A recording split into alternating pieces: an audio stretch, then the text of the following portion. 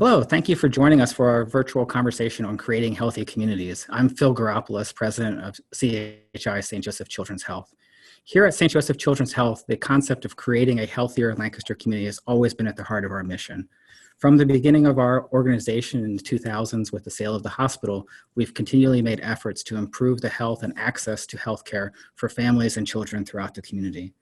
Part of our issue and part of the desire for this conversation series is for us to be able to explore and understand both how we define a healthy community and what structures are needed to be able to promote and create, as well as maintain a healthy community here in the Lancaster area. We're doing this by trying to learn and adapt from what we are currently doing in our local community, as well as learning what's going across the country from national leaders in various industries and areas of expertise. For today's conversation, we are joined by Mike Leichliter, Superintendent of Penn Manor School District. Mike has been the superintendent of Penn Manor Schools since July of 2009, joining the district well before that, both as a principal and as assistant superintendent and as a social studies teacher in York, which I found an interesting transition. So it's great to see you, Mike. Thank you for joining us in this first of our conversation series. Thanks, Phil. It's good to be here. Obviously, many challenges facing schools in our local community. Something that we've really been focusing on from the very beginning of my involvement at CHI has been this concept of adverse childhood experiences and the impact that it can have, not just in childhood, which people seem to think like it's just a childhood thing, but it really impacts us as we grow, and we're seeing health impacts in adults well into their even senior years as a result of experiences they had in their childhood. A key to it that one of our colleagues in New Mexico has always been talking to me about has been the reducing in the connections that children have with healthy relationships with adults.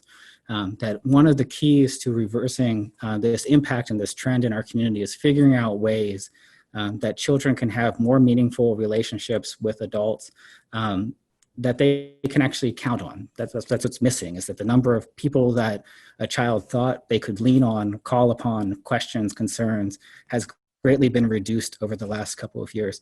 I was wondering if you could pull upon your experience both as a teacher and now as an administrator and talk a little bit about how schools can put us in a position and how you have yourself been able to start to build those relationships despite some of the barriers and changes that might be in the community now. That's a great point, Phil, and something that I talk to our teachers about on a regular basis. I started out teaching in 1991, September 1991, and 30 years ago. So this is I'm entering my 30th year in public education. So I've seen a lot of changes. I've also seen a lot of things that have stayed the same, and the importance of connecting with the child one-on-one, whether that's a 5-year-old or an 18-year-old, hasn't changed.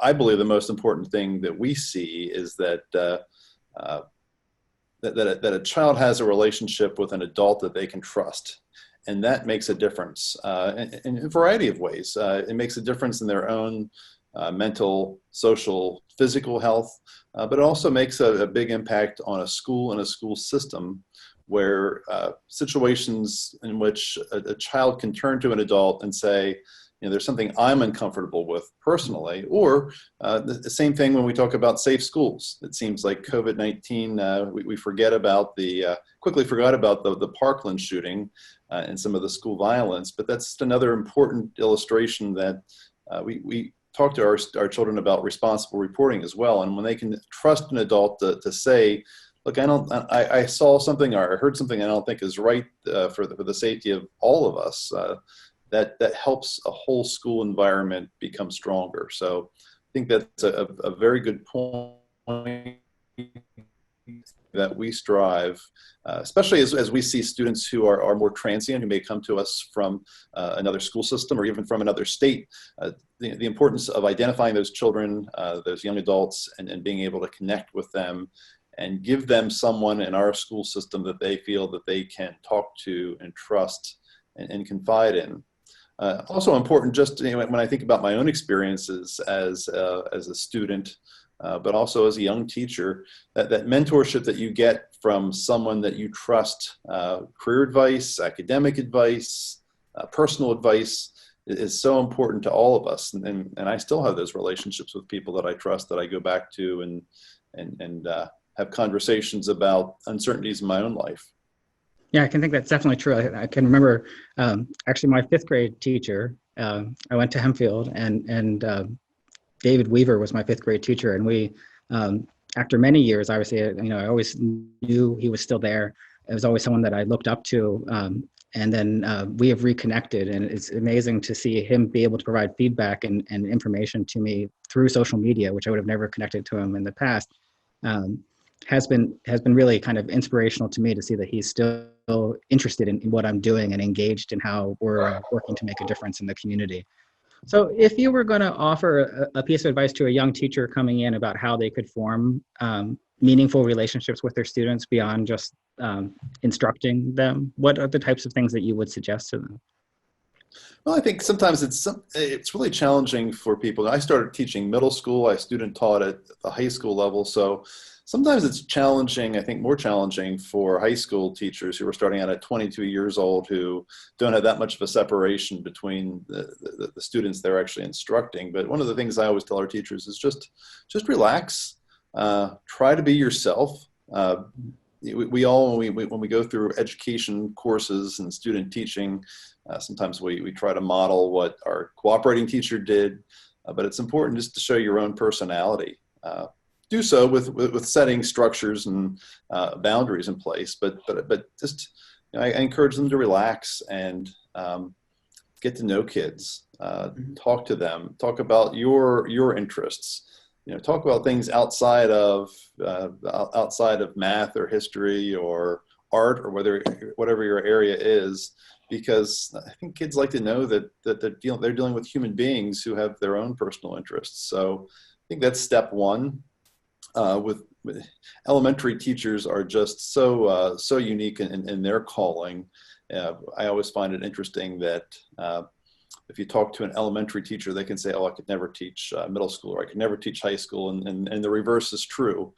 But elementary teachers know the importance of engaging, especially the younger children, engaging their creativity and interests, and there's such an excitement for elementary students in learning that sometimes they disguise a little bit when they become middle school students. But just showing those passions to your own students at elementary level, middle school level, all kids are the same. They're curious. They want to do well. They care about what people think of them. They care about feelings of others. Sometimes when you talked about adverse childhood experiences, sometimes things like that get in the way. And that's another element that I try to encourage teachers, that sometimes there are students who may be hard to teach academically, behaviorally. There's something that's getting in the way. And I've seen so many teachers over the years who have such a gift at reaching those students and being able to put structures in place and give them accountability, but get to the heart of those issues and give them hope too. Mm-hmm. So, one of my predecessors always emphasized that parents are sending you the best they have. They're not keeping the good ones at home, and it's our job to find ways to meet the passions and the strengths of each child. Sometimes it's easier with some children than others, but it's just as important that we do so with all of our kids and help them achieve the best they can do in school, and find those unique opportunities for them. Not every student's bound for college. That's something discussed today. There's all kinds of different avenues for our children, and I think our schools do a good job at meeting those needs. Thank you. One of the things that you mentioned too is that, we always are speaking of thriving. I think it's kind of a catch word. Like, we want all of our kids to thrive and be successful. For a long time, I can remember the push was for every kid to go to college. At least it felt like that. Like, that was like the goal. When now we find ourselves as a society in a shortage of tradesmen and other professions that are essential to us as an overall community. The measure of what it means for a child to thrive is kind of this ambiguous mark out there. Even when you get as early as kindergarten. I remember one of my first conversations that I had here was with the local foundations, and we were talking about kindergarten readiness. and what does it mean for a child to be kindergarten ready. At the time, this was 6-7 years ago. There was no clear definition across Lancaster County as to what it meant for a child to even be ready for kindergarten, yet we're all working towards this idea of this thriving, well-prepared child. And in a historical perspective, and sadly from a geographic perspective, it seems like our definitions of what a thriving child is vary greatly. So, and it's more driven sometimes, I think, by economics and the resources available than it is necessarily about like an idealized mythical place that we're trying to get a child to that would define them as being thriving. So sometimes there's a higher standard for districts like Penn Manor or for Hempfield than a district like Lancaster City or Reading City, where there's significant financial challenges and financial gaps within the structures of the families that are attending those school districts. How would you describe a thriving child? And then how does a district like yours play a role in both creating opportunity, which is something that we're very committed to, and then supporting that child along their journey? Well, I think at the basic definition of thriving, I think there's three elements that we have to be sure that we're capturing. Is a child physically healthy? Are they academically progressing in school? And are they emotionally secure in themselves and their feelings? There are three different very important elements. But when you wrap it up, I always just like to ask children, especially elementary children, so what do you want to be when you grow up? Because that gives me some gauge that a child is looking ahead in their minds. And I remember when I was 5 years old wanting to be a fireman. And then a time I grew up in New York City in a very different era than today, when you had people who would deliver food. You had the milkman in the neighborhood, the local butcher who would drive by. I wanted to be a butcher for a while. But I always had a goal, and I think it's important that we kind of figure out, does a child have a goal? And are there things getting in the way of those goals? As you become older, those goals get more refined, and it's our job as educators to help kind of channel students and pick up on their academic needs or their emotional needs in order to see them progress. So I think that's one simple way that I look at thriving. But then there's ways that as schools we help partner with parents to make sure that we're seeing what a child needs physically. We're seeing that through health screenings, and some of the work we do, and actually partner with your organization to do, to make sure students are physically on the right path. Emotionally, the same way. Emotionally in areas of mental health is something that we as a school district have really focused on in the last 5 years. We've seen an increase nationally in suicide rates and depression and suicidal ideation. So that's something that we have focused on and partnered with some other organizations in the Lancaster community to provide mental health screenings. Mental health, when I was in school, was something that we just didn't talk about, but it's such an important aspect of a child's development. And then academically is the third area, and that's our primary responsibility as a school system, to make sure that students are progressing, that we're giving them the skills they need, and we're giving them those basic skills, but giving them opportunity to foster their own unique interests and needs. You mentioned tradesmen. Tradesmen are so important. I had the opportunity for the last 2 years to serve as the superintendent of record for Lancaster County Career and Technology Center. And we have some wonderful programs in our community for skilled craftsmen, for people going into those vocational areas. And there's such a high demand right now, and financially so lucrative for students. So I think we owe it to students to make sure that we're channeling them in the right direction that meets their needs.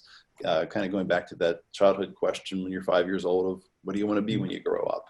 Mm-hmm. Is it important for there to be some level of consistency across district? I know one of the things that we really like about the system of education we have is the amount of local control, and there's a little bit of a different flavor to each district based upon the communities it's serving. But is it helpful to have some basic system-wide, nationwide benchmarks that we're determining? It really is. And if we're talking about the area of technical skills, and that's a good example. We have 16 school districts in Lancaster County, but we all partner together to support a common career and technology center. And ours is known as one of the strongest in the state, just for the programs they have and the opportunities students are able to be granted through that program. So I think it is important to have those common sets of standards.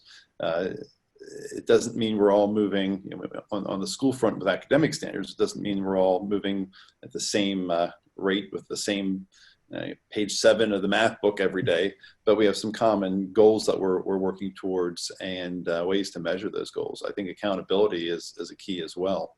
Mm-hmm.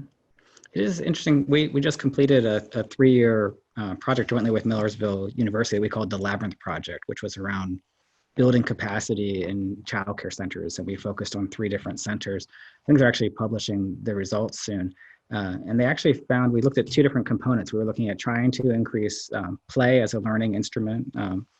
Dr. Nell, I'm sure you're very familiar with her work. And then we were also looking at the same time at increasing social emotional development capacities of the school to be able to support kids with their social emotional development. And I think the team was really surprised to some extent. It seems like common sense to us, those who work in behavioral health. It is like, but they were able to really kind of hone in on that. We have to increase the capacity of our childcare systems and probably also our as we get into elementary schools, capacity to address the social emotional development of our children and support them where they are and help them through that stage of development. And then we're able to get to the learning. That if you just push the learning without addressing that social emotional component, they found it to be not nearly as effective than if we address the social emotional and then add the learning component. We had much better success with these early learners. Imagine you're seeing the same thing in the district. Absolutely. And I think there was a period of time starting 2001 with No Child Left Behind, where there was such an emphasis on improving the academic structures.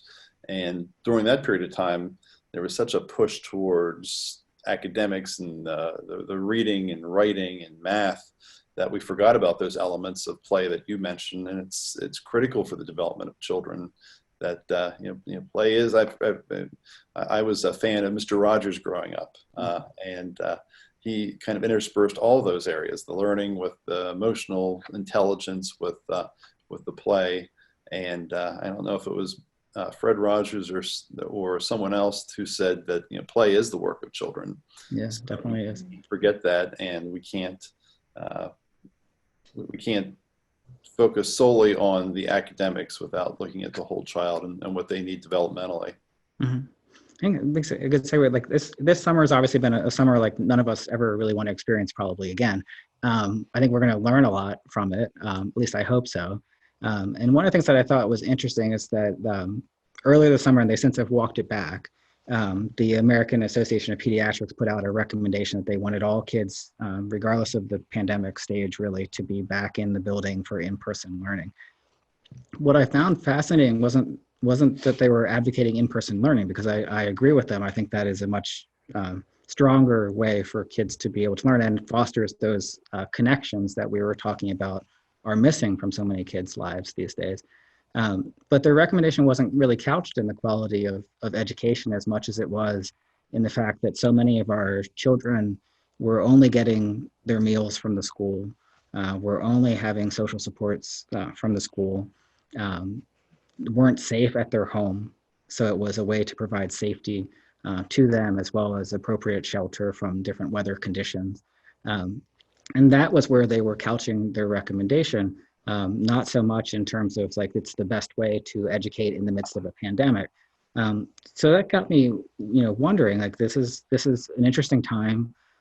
Schools have always, in my mind, been kind of short funded for what we asked them to do, even on the educational front, and yet we keep kind of pushing more and more onto the plates of districts like yours to be kind of everything to these families. And maybe somewhat unfairly. Have we come to kind of expect too much from schools to be able to support the families in our community? Well, I always look at it as a compliment because when there is a need that needs to be met with children, we turn to the schools. It can be a burden, but it's also a compliment in that schools are the best place because we provide, number one, consistency for children. We see them every day, and we're filled with people who care about the development of children and have expertise in it. Mhm. Our teachers do a great job, I think. But sometimes we are asked to do a lot and solve a lot of problems without adequate funding and without a thought for the time constraints that we have as a system. We can't do everything, but in many cases we try. Yeah. Yeah. I mean, how do we support schools better in that endeavor, I guess is the question. I mean, I realize we partner on a couple of different projects. Many other nonprofits are trying to help schools as much as possible. Um, that becomes harder in the midst of a situation like COVID, where we're trying to limit also exterior engagements with families to potentially stop the spread of the disease. So how can people in the community kind of help a district best support the families? We've seen a lot of cases. So in Penn Manor, your organization does a wonderful job of reaching out to students for various mental health and physical health needs. We have a partnership with the Samaritan Center on our depression screening, suicide screening. We have an education foundation who has successfully raised a lot of private funds to support classroom learning. But as our students in poverty has increased, they've targeted funding towards students. They call it the Strong and Healthy Families Fund for students who need extra items. We talked about the Current Technology Center. Sometimes there's very expensive tools and other elements that are needed for students, and they help raise money for areas like that. So I think we live in a very generous community in Lancaster County, and a community that really is focused on schools. We have 16 school districts, and there's not one school district in Lancaster County where I would hesitate to send my own children to school. And I think that's a testament to not only our schools, but the people who live here and the generosity and caring that we see for children, but for the health of our community as a whole. So it seems like anytime there is a discussion of a problem, there are people who step forward in Lancaster who help come up with solutions and offer those solutions to partner with school districts. So I appreciate that. And that's one of the reasons why I love living in Lancaster. Yeah, I think that's a real benefit of our community, is that constant ability to step up and rise to the challenge. I think we've seen it before the pandemic, and we see it every day. The number of organizations that are stepping up, changing their mission a little bit to be able to meet needs and respond, has really been inspiring. One of the things that has emerged in the midst of the pandemic, and I'm just curious your thoughts on it, is as we have seen now the protests across the country, Portland being the largest and ongoing protest that we're seeing regarding racial justice and calling for changes to be able to better address the needs and equality and equal access to services and treatment of our minority communities. It mainly focused on the African American and Black community at the moment, but also you see it with Latinos, as well as you saw a lot of racial tension with the Asian community when COVID first emerged. Within the district, and I realize I'm putting you kind of on the spot with this, we hadn't really talked about it in advance. What has been discussed with regards to trying to improve racial justice, racial equality within the district, as well as potentially, if you can speak to, because I remember like when I grew up, the curriculum would be vastly different than like what it is even today, but there's more changes that potentially need to be made to curriculums. Have you started exploring some of those as well? Well, that's something that we really have been focusing on the last 4 years in Penn Manor. So Penn Manor has grown in its diversity. Early 80s, we had about 2% students of color, and it's grown today to about 27%. So with that, we see it as a blessing that it's enriched all of our students, all of the children who go to school in a more diverse setting. However, we've also looked at academic achievement results of students, and that we've identified an academic disproportionality. So that's something that we need to address.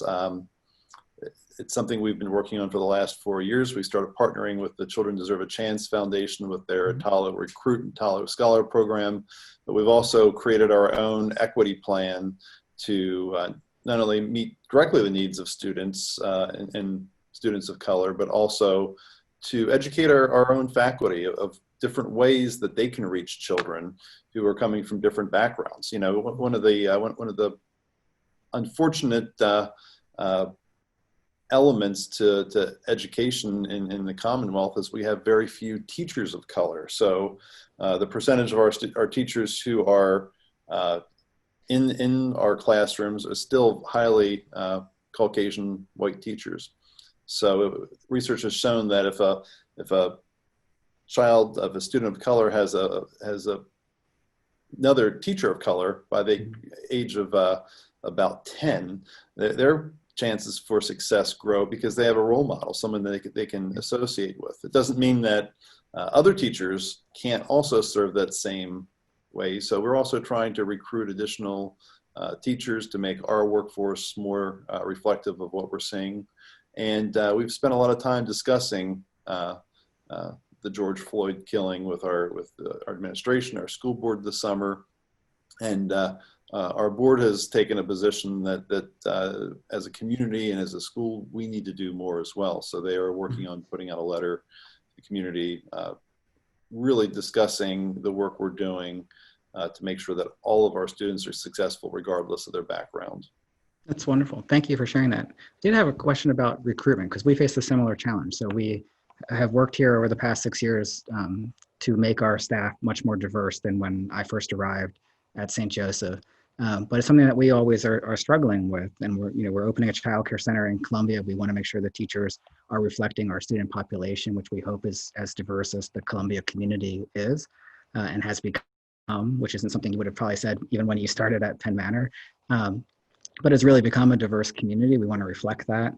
Our behavioral health center is in a similar position to what you're describing at Penn Manor, where we would like to have more people of color involved within our practice, because we think it is helpful for both the child and the family to be able to interact with people that they relate to, and not that they can't relate to someone of a different race or ethnic background, but that connection sometimes is not as apparent to them to begin with. And when you're talking about comfort in a somewhat awkward situation of behavioral health, which is still so stigmatized, anything you can get as a kind of a leg up to build that bridge is so important.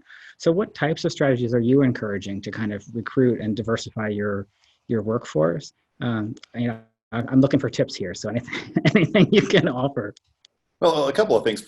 Like I said, one of the challenges in Pennsylvania is there is a very low number of persons of color who go into education. And for our business, you have to have that teacher certification. So there's multiple things that have to happen in order for us to have a workforce that's more reflective of our student body.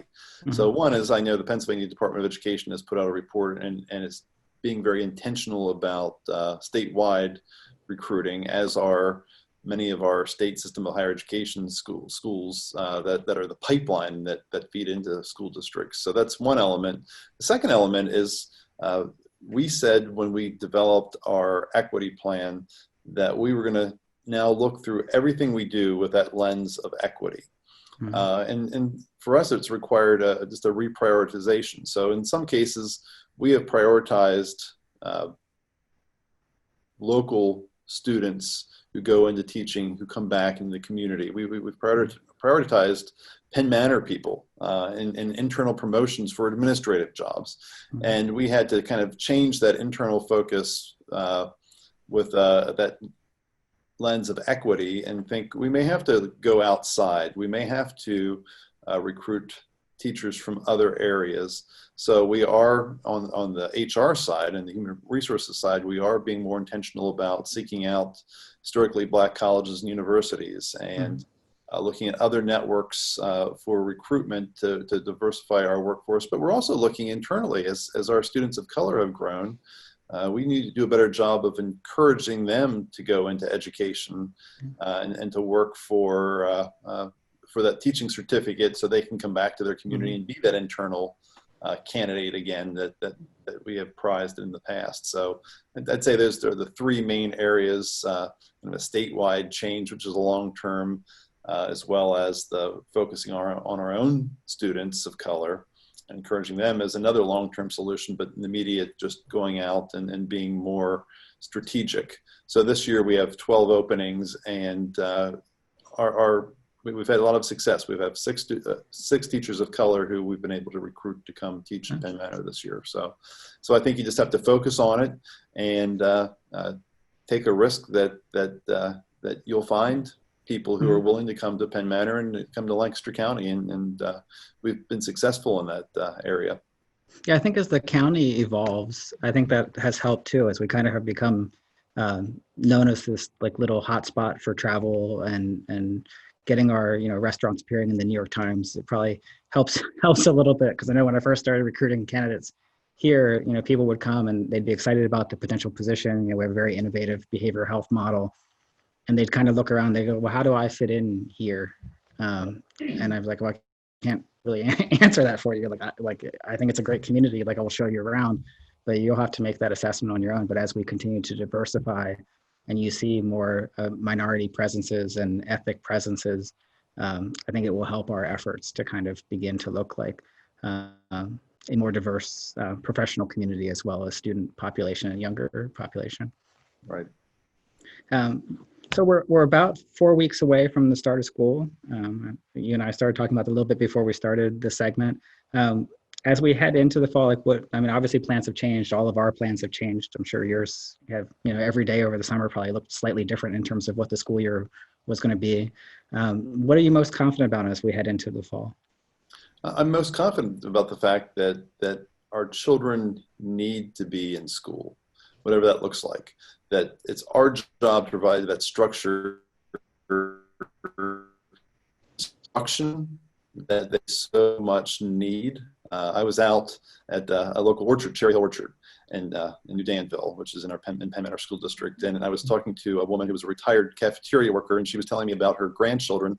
And she said, now, my one grandchild is not, school is not necessarily his favorite thing, but he is begging me to go back to school. So I think as human beings, we all crave that sense of normalcy. We all need the structure, whether it's a work day or a school day. So I'm most confident about the fact that kids and teachers want to be in school, and they want to be engaged in learning and discovery, and they want to have access to that social network. So that's something that, whether we are virtual in a blended model or fully in person, we need to be willing and ready to provide that for our children. Wonderful. And then conversely, what's the biggest concern? Obviously, COVID is probably I joke with my team that COVID was our employee of the year last year because he accomplished all of his objectives and we got kind of derailed. Never thought of it that way, but that's very true. I think more of the same with the uncertainty. One of the things I've said to parents is, please remember what I'm telling you today is true for this moment, but it could change. So we have a school board meeting tonight, and we're going to recommend to our board that we come back on August 31st in exactly 4 weeks in a blended model so that we can have half capacity in person. And that's very much what we want to do today. But the science and the facts of the situation over the next month are going to have to drive what's best for schools and what's best for our school. So that could change, and we have to be ready but willing to make those changes as the advice comes out of Harrisburg and Washington on what are the best ways to handle the virus to keep everyone safe. So that uncertainty is like everyone else is the biggest challenge for all of us. And I think another big challenge for all of us is just the fact that we don't know what tomorrow brings, and we don't know the long-term consequences of the virus. So I think sometimes people talk about conflicting information. I don't think it's conflicting. I think it's just not complete. We haven't had years and years to research and study it. So I think people are trying the best they can. But taking that and going back, I was talking to one of our music teachers last week, and what she said to me is, I just attended a seminar, an online seminar with some musical experts from the country, and music of anything is one of the challenging things because you have, she's our orchestra teacher. So you have 60, 70 students, some with strings, some blowing in the trumpets. So it's going to look different this year. And what she said is the person who taught this class just emphasized that we need to make the best of it and look at it in a positive light. She said, for me, she said, when you're worried and focused on getting to the concert, you're really focused on the music and learning the music and making it sound good and blend together. She says you're not focused as much on technique of string technique or fingering for the woodwinds and brass. And she said this person just encouraged them to look through a different lens this year on instruction and focus on those areas that are equally important but sometimes get overlooked. So I thought that was just a positive outlook and a good approach. So I've kind of taken that advice to my own world, and let's look at this year as a year of opportunity to focus on different skills that we would not have been able to do. Last year they canceled, the state and federal governments canceled our accountability tests, which I'm a fan of accountability and using those measures to gauge improvement. But we've had a little bit of a hiatus. So let's focus on some of those other areas of instruction that we don't always get to. And that's something I'm going to encourage our teachers to do when I start meeting with our teachers this month, to start looking at some of those areas that they can instruct.